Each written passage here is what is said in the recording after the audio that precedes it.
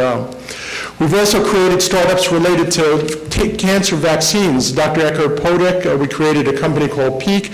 And just to show you an anecdote, and that's all it is until things are proven in randomized controlled trials, I consider them just anecdotal information. Shown on the left-hand side here where the little arrows are lung cancers. And I can tell you as past president of the American College of Chest Physicians that lung cancer is very difficult to eradicate. You can see pre-treatment, the lung cancer there, after Dr. Podek's vaccine was administered, shown on the right-hand slide, the lung cancer goes away. Again, it's just an anecdote. I don't mean to set a false expectation, but we're certainly cautiously optimistic that we may have some very important discoveries coming out of the University of Miami. You're going to hear today from my colleague, Dr. Ann Burdick, who I'm very excited about, is developing real worldwide initiatives in telemedicine coming out of the University of Miami. Again, tremendous information technology associated with that. And we've also had very important discovery, and this is something shepherded by Gary Margulis when he was at Miami before moving to Nova, my colleague Dr. Morales, in terms of rapid tissue processing. So relative to the efficiency that Noel was talking about in healthcare, it used to take 12 hours to process a sample. We now have it down to 1 hour. That's an improvement in productivity and efficiency. Similarly, we're dealing with topical administration of medications, here one treating malignant melanoma. Well, where are we going to be housing all these startup companies? And what I want to tell you about most excitedly, we're in the process of finalizing the acquisition of some 7.8 acres of land on the University of Miami Medical District, and I'm proud to tell you that it's our intention to build a life science park somewhat greater than 1.4 million square feet, that we hope to make this the fourth part of the rectangle of biotechnology in the United States, the other three parts being San Diego, San Francisco, the Boston area, and I'm proud to tell you, South Florida. Thanks to a great organization like EDC, I think we'll be able to get there. We're proud to join FIU, FAU, Nova Southeastern, and the University of Miami in advancing this course. I thought you'd enjoy this cute little slide. Life is tough enough. Thank you very much.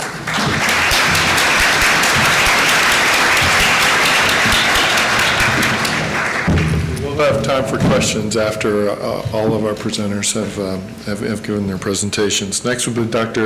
Ilias from Florida Atlantic University.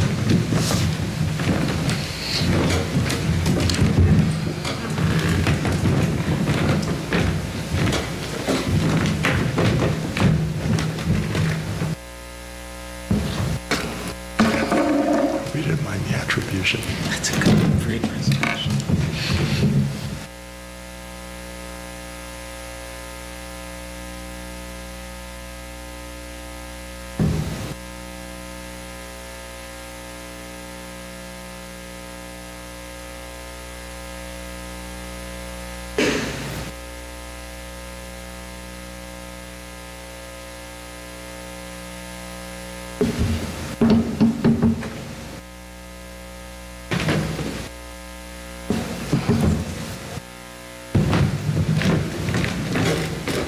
Good morning.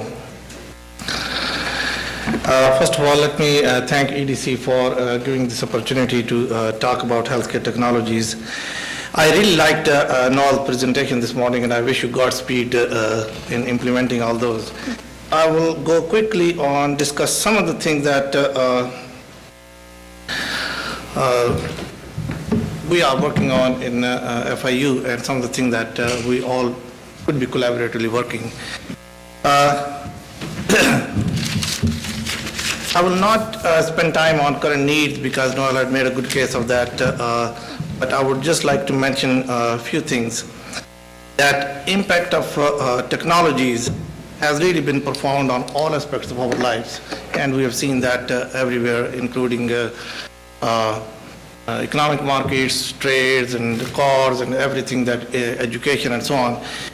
But technologies have not really been integrated as well in healthcare as it should be.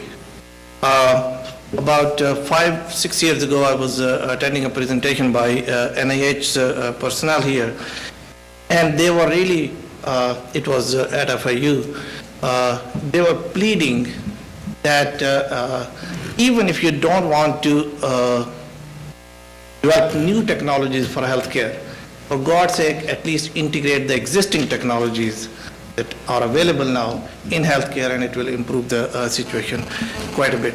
And that's what I want to really spend some time on, that how the integration of technologies can improve the healthcare. And I will give typical examples, a few examples, and then we'll see what we can do. Okay, just a few comments on the need of integrating healthcare technologies in healthcare. Well, first of all, world demographics are changing. We need more and more healthcare. There are more aging population, especially close to home here in South Florida, and they need more and more better and better healthcare. And healthcare costs are going up, and if we can improve the efficiency of those and reduce the cost, I think we can make it available to more and more people. Using the current technologies alongside the technical infrastructure that already exists, we can make things a lot better. And some states are really already implementing these kind of things, and I think we can certainly move in that direction. And using technologies in healthcare can also bring healthcare to masses, to people who are less fortunate to have access. By technology, we can increase the access of healthcare to many people. And we in College of Engineering and Computer Science at FAU have coined this term.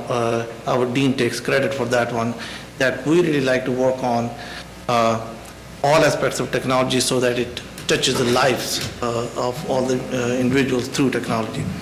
And by doing that, by providing these healthcare to masses, we can essentially raise a healthy generation, and hopefully will not need that much of healthcare. So that's another aspect. Okay. Economic impact, I will not talk about it because it's all already been discussed. Let me talk about typical applications of technologies in healthcare. Well, my field is communications, wireless communications and telecommunications and so on. So that's one of the things that I think about, that how it can improve. By using communications and internet infrastructure and wireless communication and WiMAX and whatever is coming down the road, you can actually have a distributed healthcare environment in which you can bring professionals physically distributed, physically located at different places together for consultation, for providing healthcare, and distributing the healthcare to also people who are physically at different locations.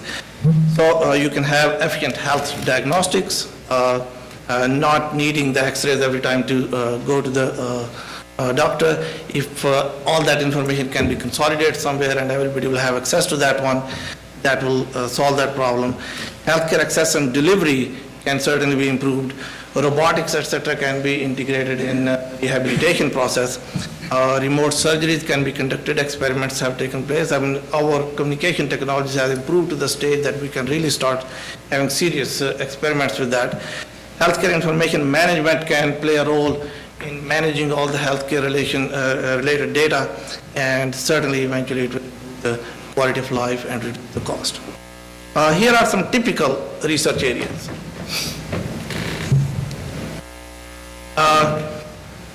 Smart garments that can be implemented for their applications, not only in babies, but even in actually broad spectrum of ages. So what I mean by smart garments is that now the technology is shrinking. You heard this morning that we can put about 1 billion transistors on a small chip. We can put a lot of power, technical power, in a very small items. And dresses could be one of them. You have heard about SIDS, sudden infant death syndrome, and smart dress can really take care of that. If you just put sensors in that dress,